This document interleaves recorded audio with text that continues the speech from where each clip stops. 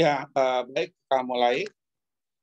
Bismillahirrahmanirrahim. Assalamualaikum warahmatullahi wabarakatuh. Waalaikumsalam warahmatullahi wabarakatuh. Ya, terima kasih. Kita mulai diskusi kita. Saya akan mulai sedikit dari itu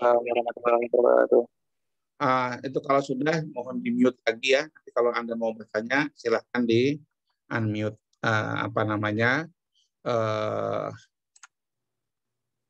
mikrofonnya. Baik. Nah, minggu yang lalu kita sudah membahas mengenai pelingkup dari proyek ya. Proyek itu ada 5 tahapan dari mulai inisiasi, kemudian ada perencanaan atau planning, kemudian ada implementasi atau executing, kemudian ada monitoring dan controlling, kemudian ada closing. Ya, kita lihat dulu dari yang ini, jangan lupa bahwa scope project biasanya adalah dari mulai inisiasi sampai dengan closing. Di sini ada yang disebut dengan project initiator, project sponsor, atau project owner. Biasanya adalah lembaga atau orang yang memberikan dana atau yang menginstruksikan agar project itu kita kerjakan. Nah, kemudian outputnya apa? Outputnya project itu selalu ada 2. Ya, ada yang disebut dengan project deliverables dan ada project record. Project deliverable-nya apa? Adalah hasil dari project yang akan dirasakan oleh pengguna. Yaitu apa? Unit, produk, ataupun jasa. Langsung dirasakan oleh pengguna. Pengguna dalam istilah project management biasanya disebut juga sebagai benefiting agency atau beneficiaries agency. Nah, selain harus ada produk atau jasa yang menjadi output dari sebuah proyek, maka proyek juga harus menghasilkan apa yang disebut dengan catatan atau record atau dokumentasi. Jadi harus ada catatan-catatan dokumentasi dalam konteks proyek ini. Jadi ada 2, deliverables dan project record, dokumentasi, termasuk laporan, LPG, dan lain sebagainya, di mana yang bawah ini merupakan input untuk perbaikan proses ke depannya, sedangkan yang deliverables ini merupakan hasil daripada proyek yang akan menjadi ranah end user untuk melakukannya. Nah, kemarin juga sudah disampaikan bahwa proyek itu karakteristiknya apa? Tujuannya unik, waktunya sementara, gitu ya. Kemudian juga ya ada elaborasi progresif dan lain sebagainya. Nah, kita juga akan kemarin sudah mendiskusikan ada 9 knowledge area. Dalam project evaluation ada 9 knowledge area, yaitu scope, time, cost, and quality, itu sebagai core function-nya. Kemudian ada facilitating function-nya, ada human resources, communication, risk, dan procurement. Yang kemudian ini dilingkupi dengan salah satu, yaitu yang disebut dengan project integration management. Nah, kemarin juga sudah kita diskusikan mengenai struktur organisasi proyek. Di mana struktur organisasi proyek itu pada prinsipnya ada 3, yaitu struktur fungsi, struktur project size, dan struktur gabungan atau matrix. Struktur fungsional biasanya digunakan apabila kita memiliki struktur yang tetap, yang kemudian kita ambil beberapa orang dari struktur itu sebagai pengelola proyek. Seperti misalnya, kemarin kita sebutkan di sini, dalam suatu perusahaan ada misalnya departemen keuangan, departemen marketing, ada departemen produksi, ada departemen misalnya bagian maintenance, ada juga departemen human resource, dan sebagainya. Nah, mereka semua punya staff ini kemudian kita pilih, kemudian kita jadikan panitia lah, misalnya ya, panitia proyek. Tapi kegiatan seperti ini berarti panitia-panitianya nanti ada 1 orang, jadi ketua panitianya, atau menjadi pimpronya, atau menjadi project manajernya. Nah, struktur seperti ini mungkin dilakukan apabila skala dari proyeknya itu tidak terlalu besar, sehingga dia masih bisa bekerja mengelola proyek ataupun juga sebagai bawahan dari fungsional departemen ini atau departemen fungsional. Tetapi untuk proyek-proyek yang sifatnya besar dan membutuhkan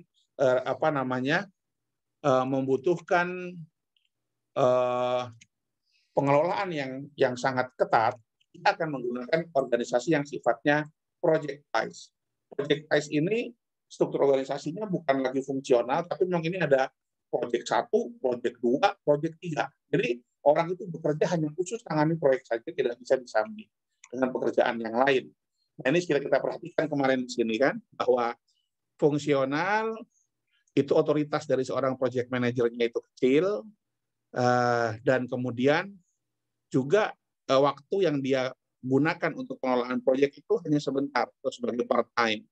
Sedangkan projectize dia memiliki otoritas secara penuh, almost total begitu, dan juga waktu yang dia gunakan hampir 100%. Jadi kalau metrik di tengah-tengah. Nah, ini tergantung besar kecilnya proyek. Intinya bentuk struktur organisasi proyek yang fungsional ini untuk proyek yang sifatnya kecil sampai menengah. Untuk proyek menengah kita gunakan matriks, sedangkan untuk proyek menengah dan besar kita gunakan struktur organisasi yang sifatnya projectize. Nah, kemudian kemarin ada yang disebut PMU, ada yang disebut sebagai PMO. PMU atau Project Management Unit ini merupakan suatu tim yang mengelola proyek. Pimpinan dari PMU itu adalah project manager. Sedangkan PMO itu apabila satu kantor memiliki banyak proyek, misalnya apa, Adikarya. PT Adikarya itu ngerjain banyak jembatan, banyak jalan. Jadi dia punya banyak proyek. Nah, kalau dia punya banyak proyek, maka dia perlu ada yang disebut Project Management Office. Setiap satu proyek, satu PMU. Nah, tapi sembada gabungan dari beberapa PMU itu merupakan satu PMO atau Project Management Office. Baik, nah kemarin juga sudah masuk ini ya, sudah. Baik, nah buku yang kita gunakan sebagai PMBOK itu Project Management Body of Knowledge ini pada prinsipnya caranya adalah di sini ada tabel ya, ke bawahnya itu ada 9 kolom yang menggambarkan adalah knowledge area. Sedangkan yang ke kanannya itu adalah menggambarkan tahapan atau rangkaian kegiatan dari mulai inisiasi, planning, kemudian executing, monitoring, controlling, sampai dengan closing. Ya. Nanti kita bisa lihat, misalnya untuk scope management, apa yang dilakukan. Nah, sekarang hari ini, sebentar kita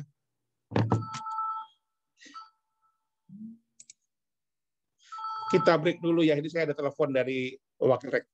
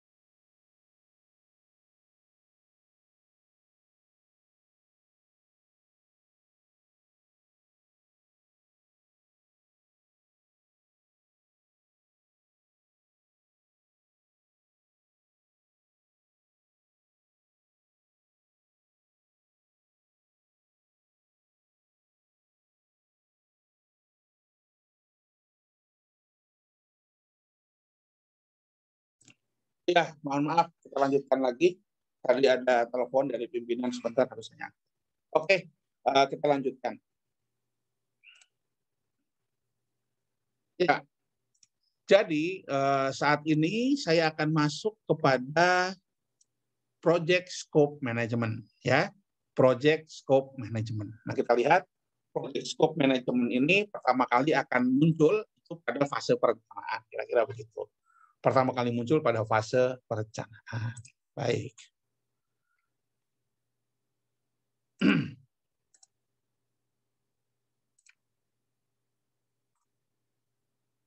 Oke.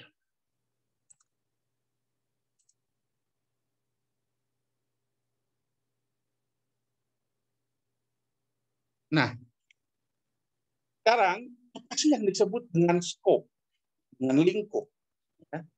Lingkup atau scope ini terdiri dari dua pengertian, yaitu yang disebut sebagai product scope atau project scope. Product scope itu artinya apa yang akan dirasakan oleh pengguna. Baik itu sifatnya unit, produk, atau jasa. Jadi misalnya proyek kita itu adalah membuat gedung, maka lingkup gedungnya itu gimana? Lingkup itu maksudnya jumlah gedungnya, kualitasnya, luasnya, bahan-bahannya, kira-kira begitu.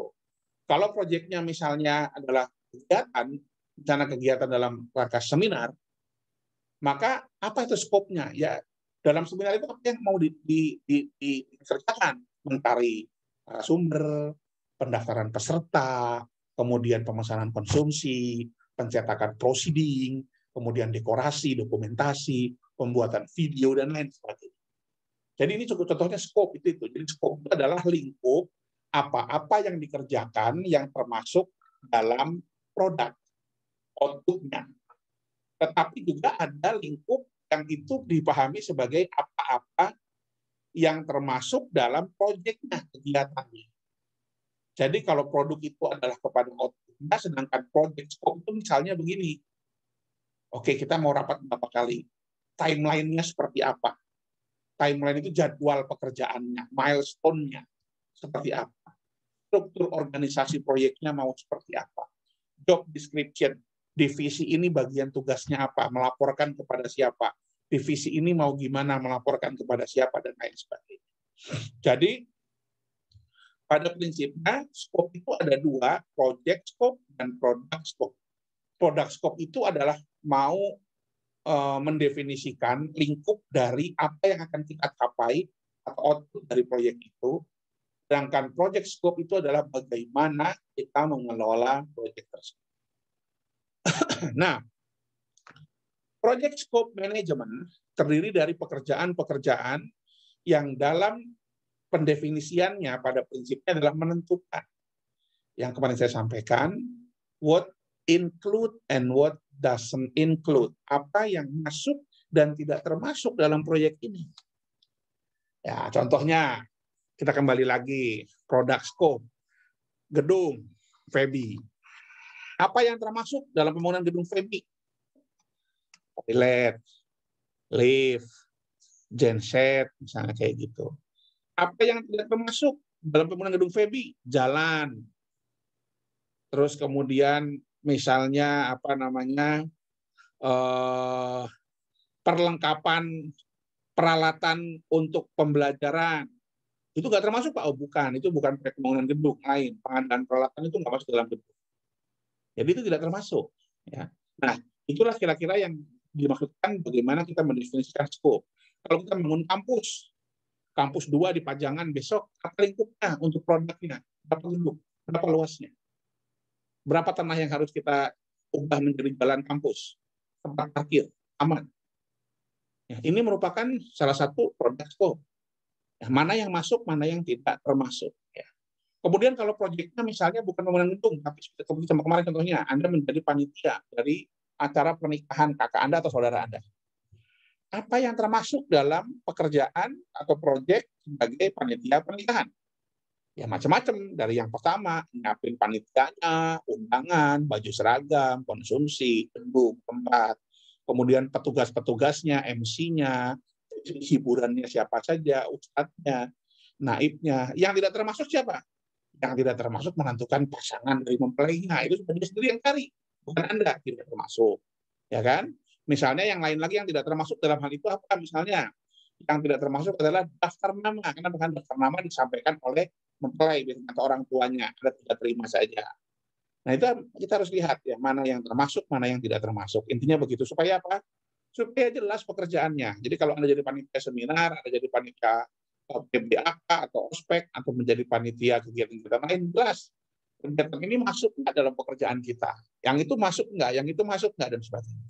Ngomong-ngomong kegiatan, saya dapat pesan dari ketua jurusan kita, besok ada acara kuliah umum atau seminar ya, yang menghadirkan seorang profesor ekonomi syariah dari University of Durham di Inggris. Jadi harapan dari jurusan, dari prodi, semua mahasiswa diarahkan untuk mengikuti acara tersebut. Saya sendiri insya Allah akan hadir, dan ini salah satu acara yang menurut pendapat saya sangat baik. Mengapa?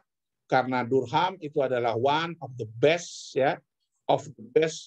higher education and syariah economy. Jadi Durham University itu merupakan perguruan tinggi yang terbaik, salah satu yang terbaik dalam bidang ekonomi syariah. Dan kalau Anda melewatkan ini, saya rasa sayang sekali. Kebetulan besok profesornya itu adalah orang Inggris keturunan Turki, ya. Jadinya sesuai dengan pesan dari prodi, kami dari dosen-dosen mengharapkan Anda semua untuk hadir. Gimana Pak kalau besok dengan kuliah dan sebagainya? Nggak masalah. Saya sudah bilang selama kuliahnya masih daring, semua presensi saya jamin 100%. That's no problem. Tapi tolong hadiri acara tersebut karena itu sangat penting, ya. Besok ya, tolong nanti dilihat lagi di di pesan yang sudah saya sampaikan. Baik, kita teruskan. Nah, kemudian berikutnya ada yang disebut dengan tim proyek dan stakeholder. Apa bedanya tim proyek dan stakeholder? Tim proyek itu adalah pelaksana yang melakukan proyek itu. Sedangkan stakeholder, bahasa Indonesianya adalah pemangku kepentingan. Apa itu pemangku kepentingan? Itu adalah semua pihak yang berkepentingan terhadap proyek ini, ya, terhadap proyek ini. Sehingga harapannya adalah tim dari proyek ini dapat menyamakan persepsi, menyamakan persepsi dari semua stakeholder supaya persepsinya sama. Sehingga apa? Sehingga sinergis, tidak ada hambatan. Dan kita harus ingat bahwa stakeholder itu biasanya tidak semuanya. Ada yang mendukung, ada yang istilahnya bukan ada, banyak yang mendukung, tapi biasanya ada yang tidak mendukung. Ada yang komennya positif, tapi ada juga yang komennya negatif. Nah, dua sisi stakeholder ini, both negative and positive itu, we have to respond, ya, both of them.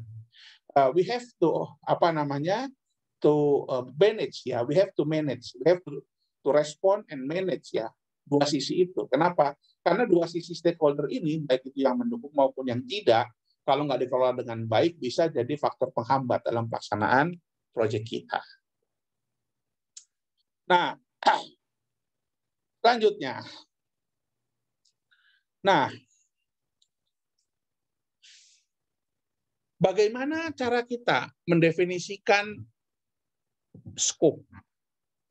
Skop itu lingkup pekerjaan. Bahasa lainnya lingkup itu adalah apa maunya terhadap proyek ini. Proyek ini mau digimanain, sama aja. Nah, sehingga penting bagi kita sebagai pengelola proyek untuk mencari informasi kepada stakeholder terkait apa yang mereka harapkan terhadap proyek yang akan atau sedang kita lakukan. Ini yang disebut dengan stakeholder needs, ya. We have to identify what are the stakeholder needs, ya. Ada supaya apa? Supaya kita bisa mengetahui dan bisa menentukan langkah-langkah yang tepat, begitu ya, terhadap harapan atau ekspektasi dari stakeholder ini terhadap proyek yang kita lakukan. Nah, selanjutnya, tadi disebutkan ada project requirement, ada product requirement, ada project scope, ada product scope. Ya. Requirement itu adalah kebutuhan, requirement itu adalah syarat, adalah lingkup. Bagaimana? Ya, contohnya project requirement. Kita mau ngapain dalam proyek ini? Kebutuhan untuk nanti delivery-nya seperti delivery itu apa yang harus dirasakan oleh konsumen. Seperti kalau kita mau seminar, apa? Misalkan harus ada berapa sesi yang presentasi, ini diikuti oleh berapa peserta dan sebagainya. Nah, product requirement ini adalah informasi untuk technical requirement. Technical itu adalah hal yang terkait dengan produknya. Nah, output dari ini kita membuat apa yang disebut dengan requirements management plan. Ya. Nah, dokumen project scope statement menggambarkan secara terperinci mengenai seluruh hasil yang harus dibuat, ya, hasil yang harus dibuat, produk scope dari seluruh pekerjaan, ya, apa saja. Kita lihat nanti di sini.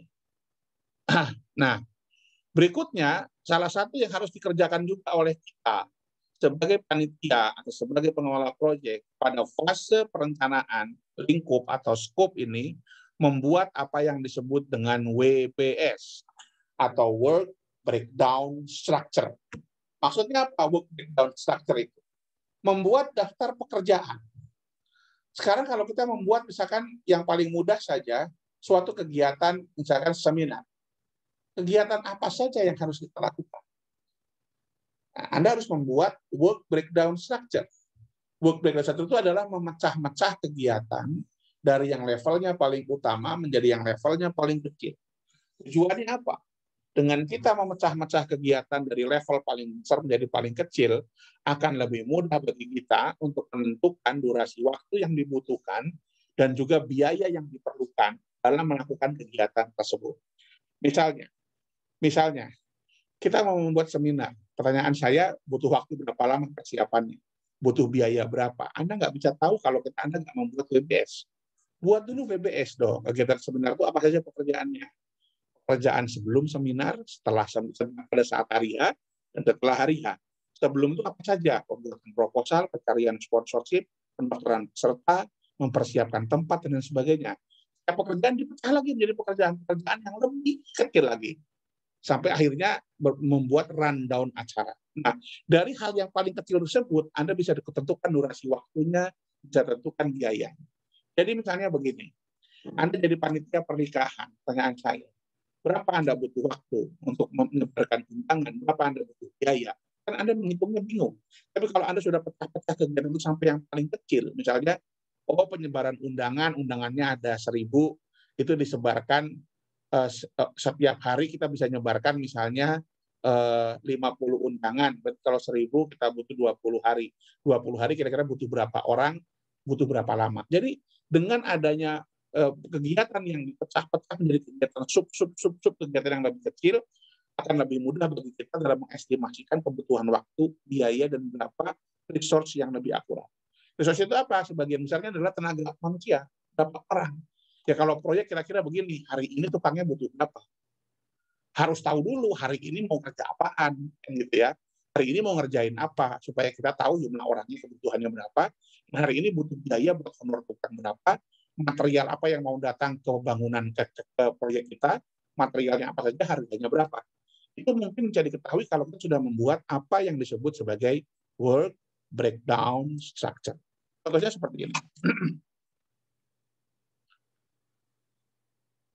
Ya, ini work breakdown structure. Nah, berikutnya, ya, ini adalah output. Oh ya, kemarin kita sepakati mau ada project kelas ya. Nanti saya persilakan mulai minggu ini Anda diskusikan dengan teman-teman Anda di kelas ini mau buat acara apa. Mau buat acara apa? Mulai Anda membuat proposal tapi dengan gaya manajer proyek, dengan gaya evaluasi proyek ini. Pertama kali yang Anda lakukan adalah Anda tanya apa? Anda tanyakan dulu ininya. Project scope statement. Nah, kira-kira tujuannya apa? Ya kan? Tujuannya apa? Jadi kalau mau buat acara ditulis di sini. Project objective and purpose, tujuan project apa dan tujuannya. Objective and purpose, tujuan dan targetnya untuk apa. Misalnya kita ambil contoh kemarin ya, kita bangun Febi 2 tahun yang lalu, 3 tahun yang lalu.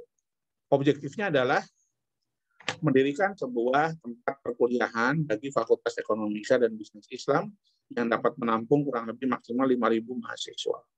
Itu tujuannya. Purpose-nya adalah memenuhi standar sarana prasarana pendidikan bagi mahasiswa dan sivitas akademika di dalam bidang ilmu ekonomi Islam. Misalkan itu. Kemudian project dan product requirements-nya, membangun apa saja di situ, ruang kuliah, ada ruang dosen, ada laboratorium, kemudian ada AC, kemudian ada gedung aula, kemudian sebagainya. Ini merupakan skopnya. Nah, kemudian di sini ada yang disebut project deliverables dan success indicators. Deliverables-nya apa? Terbangunnya gedung FEBI dengan luas 12.000 meter persegi yang dilengkapi dengan satu basement, misalkan seperti itu. Terus, apa saja kira-kira parameternya. Kemudian sukses indikatornya. Proyek harus selesai pada akhir tahun 2018 dan gedung harus bisa digunakan pada tahun 2019. Berikutnya adalah lolos pada pemeriksaan Badan Pemeriksa Keuangan, ya. Berikutnya adalah dapat menampung seluruh program studi dan mahasiswa yang ada di FEBI sehingga FEBI tidak lagi meminjam atau menggunakan gedung perkuliahan dari fakultas. Misalnya itu. Tuliskan dulu di sini. Ini kita baru mulai awal proyek, ini harus buat dulu. Mau ngapain proyek itu, tujuannya apa, bagaimana caranya, ditulis dulu di sini. Ini yang disebut dengan dokumen project scope statement. Oke, jadi nanti Anda proyek kelasnya Anda buat ini dulu pertama kali ya. Yang ini proyek kelas, bukan proyek kelompok. Satu kelas satu ya buatnya. Oke. Nah, kemudian setelah itu kita lihat Anda mau buat apa. Kalau mau buat seminar atau webinar, apa yang masuk, apa yang tidak masuk. Apa yang include, mana yang tidak include. Include apa? Mencari narasumber, kemudian pendaftaran peserta, dokumentasi, kemudian ada apa namanya sosialisasi ya dengan leaflet dengan macam-macam. Sebutkan semua sama pembuatan laporan akhir pertanggungjawaban dan acara. Yang tidak termasuk misalnya apa konsumsi seragam nggak ada di situ, bukan. Jadi ini nggak masuk di situ. Jadi kita jelas nanti oh item ini masuk enggak, yang ini masuk apa enggak. Jadi kita bisa lihat bahwa kegiatan ini lingkupnya adalah yang ini bukan, yang ini lingkupnya masuk di sini. Stakeholder satu, siapa yang berkepentingan dengan acara kita nih? Jelas yang pertama itu adalah Kaprodi, Anda tulis. Yang kedua saya sebagai dosen. Yang ketiga Anda sebagai mahasiswa. Yang keempat mahasiswa yang lain di luar yang mengambil mata kuliah ini yang menjadi pendaftar, yang menjadi peserta. Mahasiswa di prodi lain atau jurusan yang lain atau fakultas yang lain. Anda tulis di sini kira-kira Kaprodi harapannya apa sama acara yang Anda mau buat. Saya sebagai dosen apa harapannya? Anda sebagai panitia apa harapannya? Kira-kira mahasiswa yang menjadi peserta acara tersebut apa harapannya? Narasumber apa harapannya? Ya, kemudian orang di luar FEBI apa harapannya? Jadi ini merupakan stakeholder yang harus kita. Nah, tentu nanti ditulisnya di sini bukan stakeholder 1, stakeholder 2, Anda tuliskan siapa stakeholder 1 itu. Siapa stakeholder 2 itu? Para dosen kah? Jadi masukin aja di situ nanti. Oke. Nah, kemudian ada yang disebut dengan project parameters. Project parameter ada asumsi, constraint, dan support requirement. Asumsi itu apa? Ya, asumsi itu adalah misalnya Anda asumsikan bahwa ini dilakukan secara daring, itu asumsi. Daring berarti dilakukannya. Batasannya apa? Constraint-nya. Ya. Constraint-nya itu kalau daring berarti mungkin kalau mahasiswa biasanya constraint-nya adalah biaya. Biayanya tidak begitu banyak yang tersedia. Support requirement, permohonannya apa? Permohonan misalnya anggaran kepada prodi untuk bisa membayar narasumber dan lain sebagainya. Dan lain sebagainya. Anda tulis aja di sini butuhnya apa. Nah, kemudian resikonya apa kalau seminar? Susah nyari narasumber, pendaftaran sedikit, gitu kan? Banyak peserta yang video Zoom-nya on tapi ditinggal apa videonya di off kan, ditinggal nggak jelas kemana dan sebagainya. Kalau itu terjadi, apa Anda langkah-langkahnya? Oke, setelah sedikit langkah-langkahnya apa alternatifnya? Narasumbernya gagal dihubungi atau yang narasumber utamanya tidak bersedia, apa alternatifnya? Dan lain seterusnya. Nah, dibuatlah struktur organisasi di sini. Struktur organisasi proyeknya, siapa ketuanya, divisinya, bagian dokumentasi, bagian acara, bagian macam-macam silakan Anda buat ya. Nah, ini adalah struktur organisasi, Anda buat WBS sampai level 3. Nah, setelah itu WBS-nya di masing-masing level dituliskan di sini. Level 1 ngapain, durasinya berapa lama, siapa orang yang bertanggung jawab, dayanya berapa, dan seterusnya. Ini format RAB-nya seperti ini. Lalu approval, persetujuan. Project owner-nya itu adalah saya, project manager-nya Anda, ketua kelasnya yang memimpin siapa, lalu authority board-nya misalnya Kaprodi. Udah. Nah, ini adalah usulan project pertama kita, ini output-nya. Jadi output dari scope manajemen itu, output-nya adalah dokumen ini yang disebut sebagai project scope statement. Ya, kira-kira itu. Untuk yang apa namanya output dari tahapan ini kita membuat suatu rencana.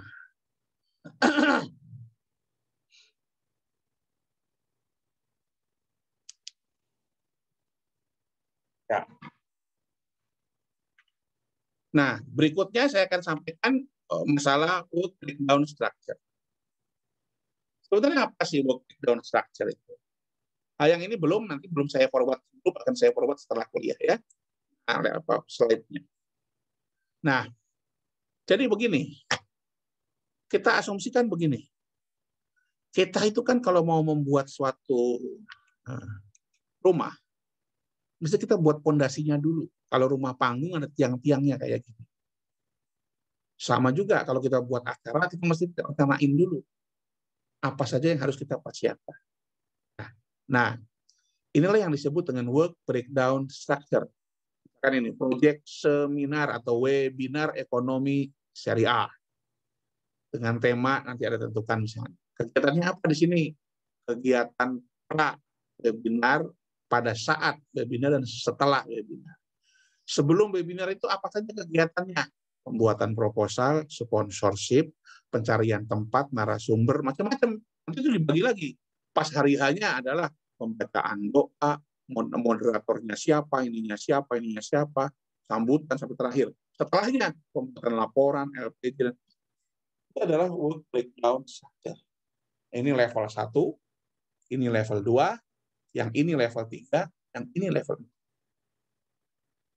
Lihatnya gimana, Pak? Jadi loh, kalau ininya 1 ya level 1, kalau angkanya 2 berarti level 2, angkanya 3 berarti level 3, angkanya 4 berarti dia level 4. Ini kan ada 4 angkanya. Nah, jadi kurang lebih itulah yang disebut dengan work breakdown structure, kira-kira begini. Nanti gambarannya itu seperti ini. Ya, nah bisa begini. Kalau Anda mau buat pakai Visio juga boleh. Ya, ini kegiatan-kegiatannya. Ini terserah Anda nanti mau buatnya seperti apa, ya bisa juga. Misalkan kalau saya mau buat ya satu kasusnya bangun gedung Febi kemarin, ya intinya kan adalah lelang. Lelang itu apa? Lelang untuk kontraktornya, perencanaan gedungnya, struktur pengetahuan, struktur. Terus di sini adalah pemasangan bata, pondasi, kemudian di sini adalah finishing dan lain sebagainya. Jadi itu tahapan-tahapannya menjadi sub-sub bagian. Jadi lebih mudah bagi kita untuk melakukan pengelolaan. Ya, oke. Nah, sampai di situ kalau ada yang ingin ditanyakan, saya persilakan. Tolong dibaca bab bukunya, bab 4 mengenai scope statement. Oh, sebelumnya saya mau pastikan, kemarin jadi akhirnya keputusannya gimana? Mau ada proyek kelas apa tugas individu?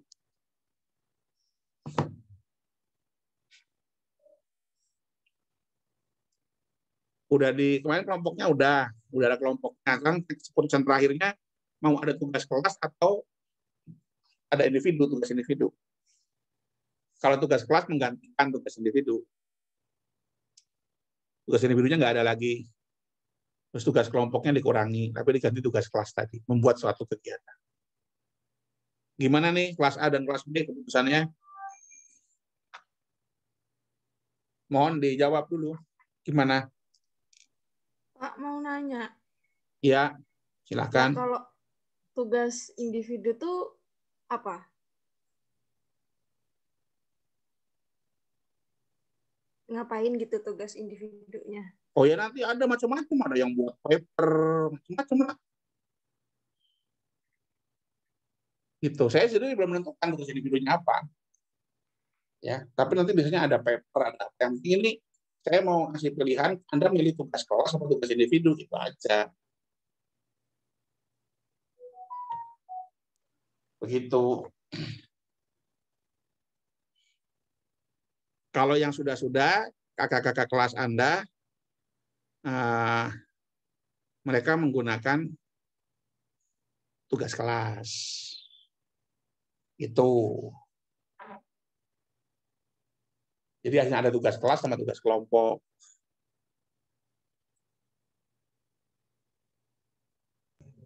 Tugas kelas saja ya teman-teman.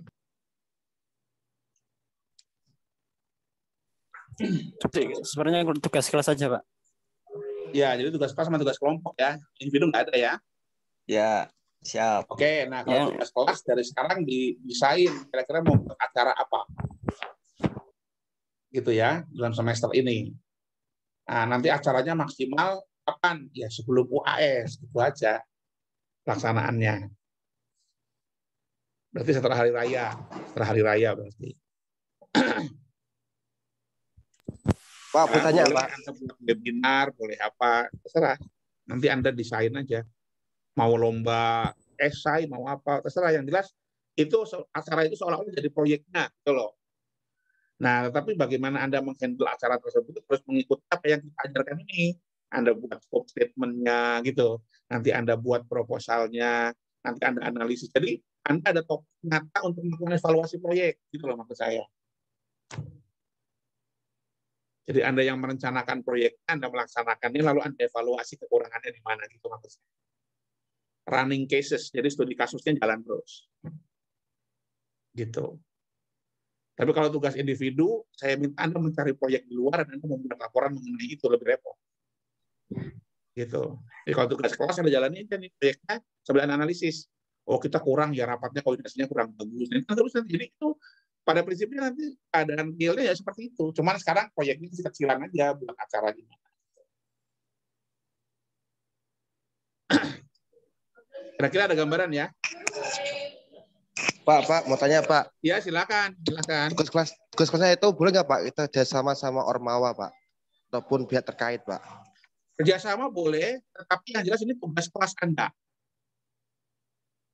Paham maksud saya?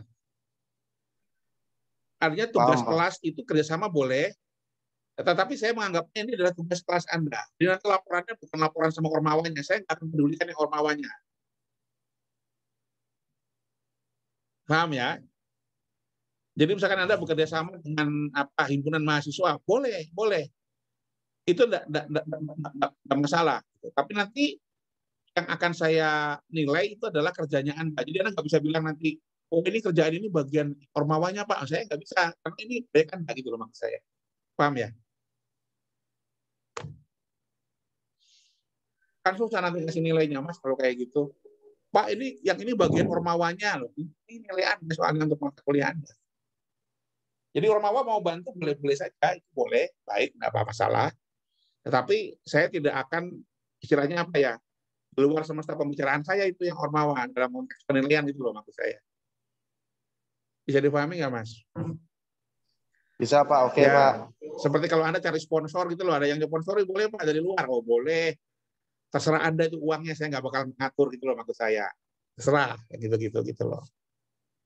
Pak, tapi saya perlu tanda tangan Bapak untuk proposal, saya tanda tangani. Nggak masalah, saya bimbing buat proposalnya. Gitu. Tapi ini adalah proyek Anda, maksud saya gitu. Boleh bekerja sama, boleh, nggak ada masalah. Begitu ya. Terus jenis pekerjaannya apa, jenis kegiatannya, coba yang Anda kreatif. Saya kasih waktu 2 minggu lah berpikir kegiatannya apa. Jadi kuliah minggu depan belum akan saya tanya, tapi 2 minggu lagi saya tanya. Ya. Saya tanya kelas A mau kegiatan apa, kelas B mau kegiatan apa, gitu. Pas kuliah gini saya tanya. Jadi Anda pikirkan kegiatannya apa. Gitu. Harus webinar apa enggak Pak? Boleh macam-macam. Itu hanya contoh aja. Tidak webinar pun tidak apa-apa. Anda mau membuat misalnya, Pak kami mau membuat website tentang ini, atau mau membuat ini, boleh saja kalau memang Anda mau. Misalnya kayak gitu, enggak masalah.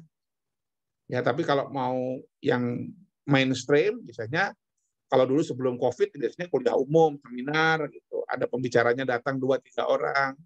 Bahkan kakak kelas Anda tuh pernah datangkan Hanum juga dulu. Hanum Salsabila tuh pernah datang di kelas kita. Pada saat kita membicarakan mengenai topiknya itu habis kemana setelah lulus. Mau kuliah lagi, mau jadi wirausahawan, atau mau menjadi profesional. Nah, itu langkah-langkah apa yang harus dipersiapkan. Dan itu terlaksana dengan bagus. Dan saya kasih nilai, bagus itu nilainya. Karena proyeknya berhasil. Gitu. Gitu ya, kira-kira ya, teman-teman ya. Baik, Pak. Oke. Sama Ya. ini, Pak, mau tanya tugas kelompoknya silakan. Ini memang masih acara tanya jawab. Silakan. Tugas kelompoknya itu dimulai minggu keberapa ya, Pak? Sama materi. Ya nanti kan pas kuliah saya beri informasi, Mas, tenang aja. Ya, Pak. Siapa ya. Pas kuliah nanti saya beri informasi, tenang aja dulu. Ya.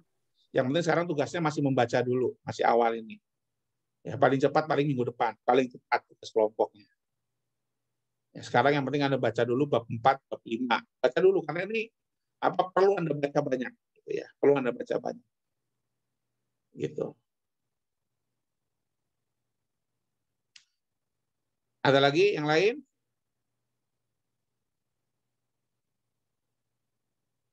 Untuk minggu depan, kita masuk ke time, waktu. Tolong dibaca bukunya yang masalah time management dan PowerPoint-nya, karena itu ada hitungan.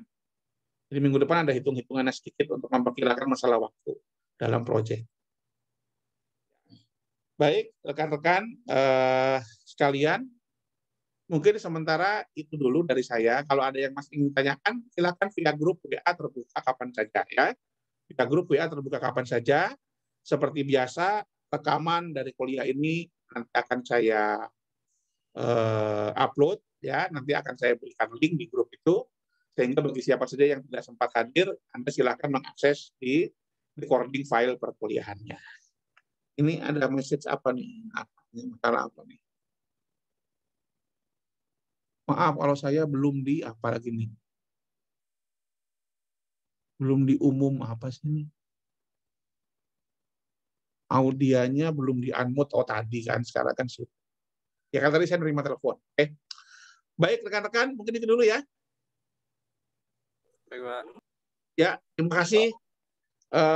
Pokoknya kalau ada yang kurang jelas mau bertanya, itu WhatsApp grup terbuka kapan saja. Silakan Anda bertanya ya. Terima kasih. Assalamualaikum warahmatullahi wabarakatuh. Waalaikumsalam warahmatullahi wabarakatuh.